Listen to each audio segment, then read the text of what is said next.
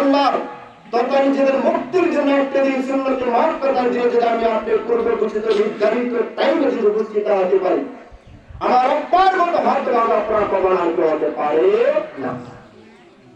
সে হিন্দু বৌদ্ধদের কথা আমি বলছি না, তাদের কাছ থেকে আমাদের উদাহরণ এক্সাম্পল দেওয়া দরকার।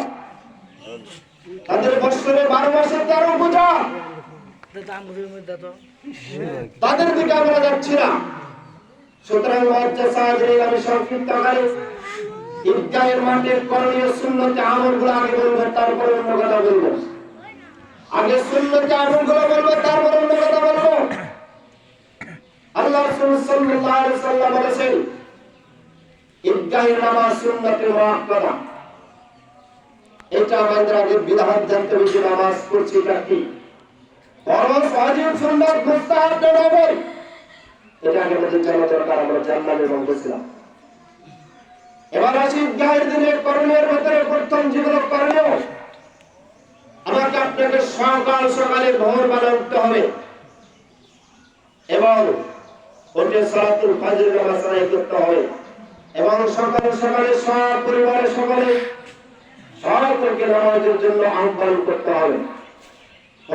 প্রথম কাজ, আমি প্রথমে ওই মাঠে উপস্থিত হয়ে দেখলাম 7:30 হয়তো বা মহিলাদের চাই নামাজের জন্য প্রস্তুতি গ্রহণ করা হচ্ছে।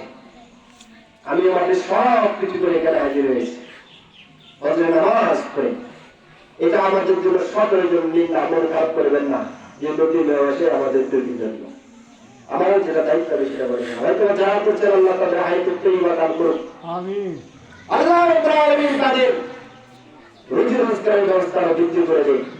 তার কারণ ওরা ভাবছে ঈদের দিন আনন্দের দিন আমি দুই যা কাজ করবো, এটা হতে পারে না। যারা মনে করেন ঈদের দিনে কোনো কেনা পয়সা হবে না, কোনো ব্যবসা বাণিজ্য হবে না, কোনো লেনদেন হবে না, এটা নিতান্তই মহার কাজ।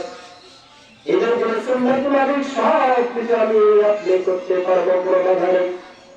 আর যদি সওয়াবের আশায় মনে করেন যে ঈদের দিনে সকালে নামাজ পড়লে আমি মাটিকে ভালোভাবে যাই নামাজের ব্যবস্থা করবো, দূর থেকে ইমাম আসবে তার নামাজের ব্যবস্থা আমি করে দেবো, নিজেদের অভ্যস্ত মা বোন নামাজ পড়ে তাদের নামাজের ঘেরার ব্যবস্থা করে দেবো। যারা ফজরের নামাজ পড়ে তাদের জন্য যারা প্রস্তুত হবে, আল্লাহ বলেন বান্দামি বছরে একটি দিন নামাজের জন্য, নামাজের পরিষ্কার পরিসরের জন্য ব্যবস্থা করছো, বান্দা আমি তোমার গোটা বছরের জন্য আমি ব্যবস্থা করে দেব।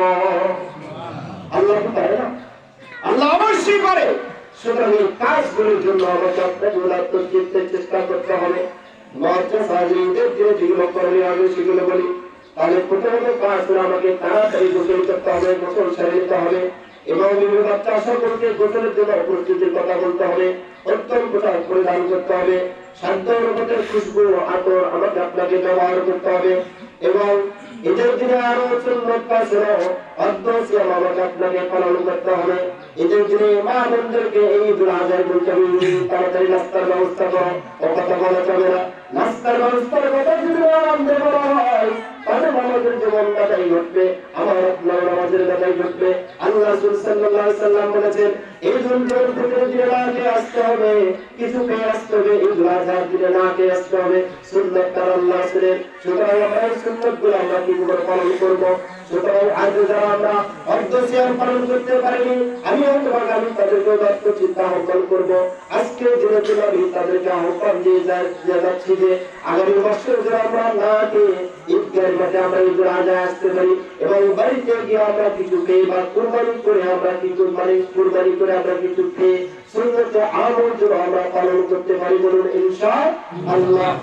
আর ঈদগাহের মাঠে ঈদের দিনে যেগুলো করণীয় কাজ আমাকে আপনাকে অর্ধসিয়ামের পাশাপাশি আমাকে আপনাকে পবিত্রপক্ষে পায়ে হেঁটে ঈদগাহের মাঠে আসতে হবে, পবিত্রপক্ষে পায়ে হেঁটে ঈদগাহের মাঠে আসতে হবে।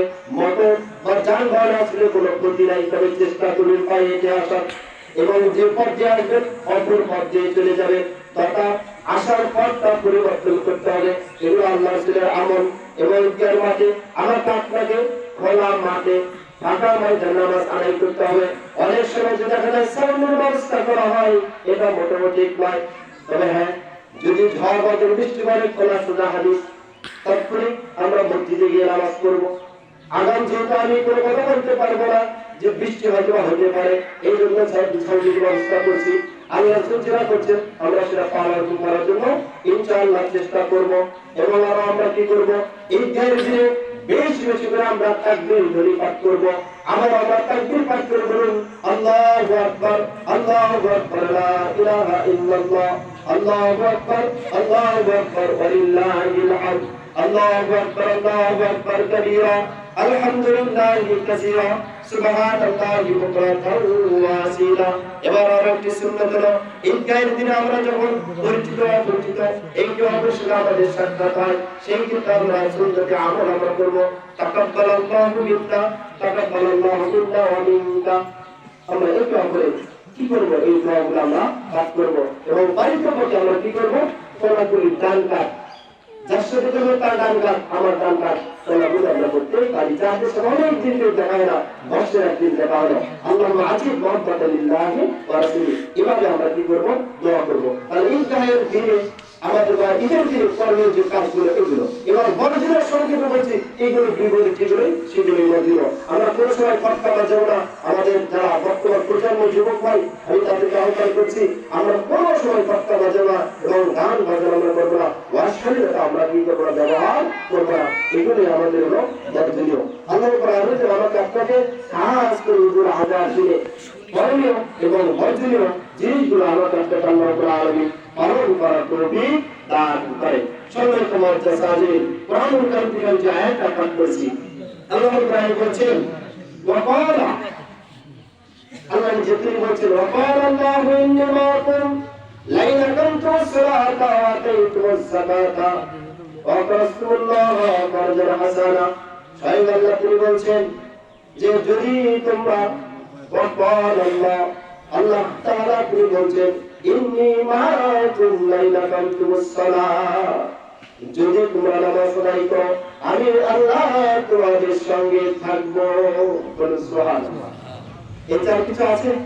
আল্লাহ বললেন লাইন আকামতুস সালাতা ইন্নী মাআকুম, আমি বললেন যে ইন্নী মাআকুম, আমি তোমাদের সঙ্গে থাকবো যদি তোমরা নামাজ আদায় করো। আর কি বলছে ওয়া আতাইতুমুজ যাকাত, যদি তোমরা যাকাত দাও, ওয়া আমানতুম বিরাসূলি, এবং আমার রাসূলের প্রতি যদি তোমরা বিশ্বাস স্থাপন করো, ওয়াসারকুমুল্লাহা ওয়াকরাতুল্লাহা কারজান হাসানা, এবং সংকল্প করার মতো যদি সংকল্প করো এবং আল্লাহকে তোমার কারজে হাসানা দাও, তাহলে আল্লাহ বলছেন আমি তোমাদের সঙ্গে থাকবো। কথা বুঝলেন? তাহলে আল্লাহর সঙ্গে থাকতে হলে এই আয়াতে সূরা মায়দার আপনার 12 নম্বর আয়াতে কয়েকটি শর্ত আনা ছিল। আল্লাহর সঙ্গে থাকতে হলে নামাজ পড়তে হবে, যাকাত দিতে হবে এবং কারজে হাসানা দিতে হবে এবং সংকল্প করার মতো সংকল্প করতে হবে।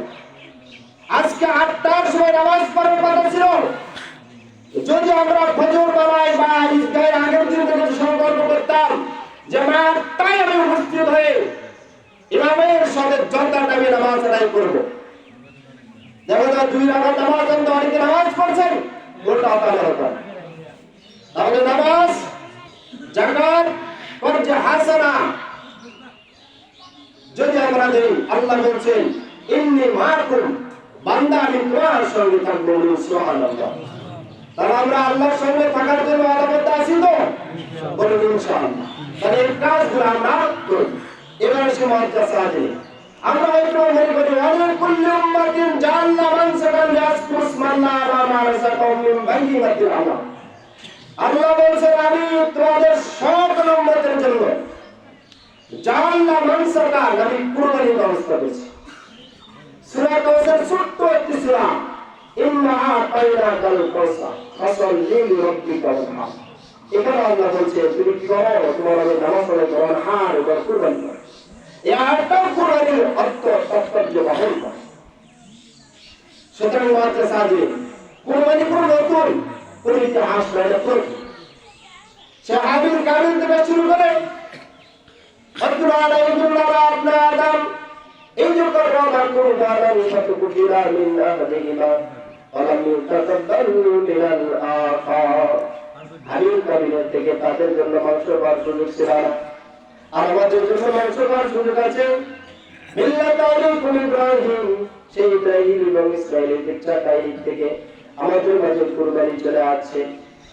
যিনি পাঁচ ওয়াক্ত নামাজে আল্লাহ রাব্বুল আলামিন আমার আপনাকে পরীক্ষা করে থাকেন। পাঁচ ওয়াক্ত সালাতের মধ্য দিয়ে আমরা বুকে হাত দিয়ে বলি, যদি পাঁচ ওয়াক্ত সালাত ভালোভাবে যদি আমরা আদায় করতে পারি, পরীক্ষায় যদি আমরা পরীক্ষিত হতে পারি, তাহলে ইসরাইল দিনে এই কুরবানির সুন্নতে মুআক্কাদা পালন করতে আমাদের কোনো সমস্যা হবে না। মিল্লাতে ইব্রাহিম, মিল্লাতা ইব্রাহিম আলাইকুম, সেই ইব্রাহিমের মতো আমার আপনাকে নির্দেশ করার জন্য তুমি তোমার সন্তানকে কুরবানি করো। আমার মনে হয় তাহলে আমরা নামাজ ছেড়ে দিতাম। আরে কি বলে আল্লাহ বলছে না, আমার ছেলেকে কুরবানির কথা বলে, দেখো আল্লাহ কি বলে, আল্লাহ পাগল হয়েছে। কিন্তু আমার আপনার সেই ইব্রাহিমকে আল্লাহ অর্ডার করলেন, এমনি আজমাউকা ফানজুর মা যাতারা। আল্লাহ যখন তাকে অর্ডার করলেন, ইব্রাহিম তার পুত্রকে বলছেন, ওই পুত্র তুমি জেনে রাখো, আমি স্বপ্ন দেখলাম তোমাকে আমি জবাব করছি, এ ব্যাপারে তোমার অভিমত কি খুব সুন্দর। বাক্য কথা শুনে কে করাম, সে বলছে বাবা তুমি যেহেতু সে আল্লাহর পক্ষ থেকে অর্ডার প্রাপ্ত হয়েছ, তুমি কেন আমার বিরুদ্ধে পরামর্শ করছো, পারমিশন চাচ্ছ? তুমি আল্লাহ প্রদত্ত অর্ডার হয়েছ, আল্লাহ প্রদত্ত তুমি আদেশ প্রাপ্ত হয়েছ। সুতরাং আমাকে বলার প্রয়োজন নাই, তুমি আমাকে ধৈর্য চিন্তে অন্তর করতে পারে। বলুন সুবহানাল্লাহ। বেটা কোনো কিছু বলছে, কার্পণ্য করছে, কিচ্ছুই বলিনি। তাই আমি বলবো আমরা সকলে আমি পরিবার ভাবে ব্যক্তিগতভাবে আমি সকলকে বলবো, আমি যে অভিরস্ত বিবি বাচ্চা যারা নামাজের বয়সে উপনীত হয়েছে, আমরা তাদেরকে নামাজের জন্য আহ্বান করবো, বাবা তুমি নামাজ পড়ো, নামাজ পড়ার মতো নামাজ পড়ো। সদর থেকে ওভাবে যদি আমরা বলে তুলি, তাহলে সে আমাকে আপনাকে প্রশ্ন করবে না। তাই অনেক গুরুত্বপূর্ণ আলোচনা রয়েছে, যেগুলো না করলেই সংক্ষেপে বলছি। তাহলে সেই ইব্রাহিম আলাইহিস সালামের সুন্নাত আমরা আজ পালন করতে যাচ্ছি। আল্লাহ রাব্বুল আলামিন কুরবানির কথা বলছিলেন, ওই কুরবানি থেকে সংক্ষেপে বলছি, হয়তো অনেক কিছু রয়েছে, অনেক আজেবাজে কথা রয়েছে, সেদিকে আমি যাচ্ছি না। আল্লাহ রাব্বুল আলামিন ছেলের কুরবানির পরিবর্তে আল্লাহ আদেশপ্রাপ্ত হলেন, মানে ইব্রাহিম আদেশপ্রাপ্ত হলেন আল্লাহর পক্ষ থেকে, এবং সে আদেশ তিনি বাস্তবায়ন করলেন। বাস্তবায়ন করতে গিয়ে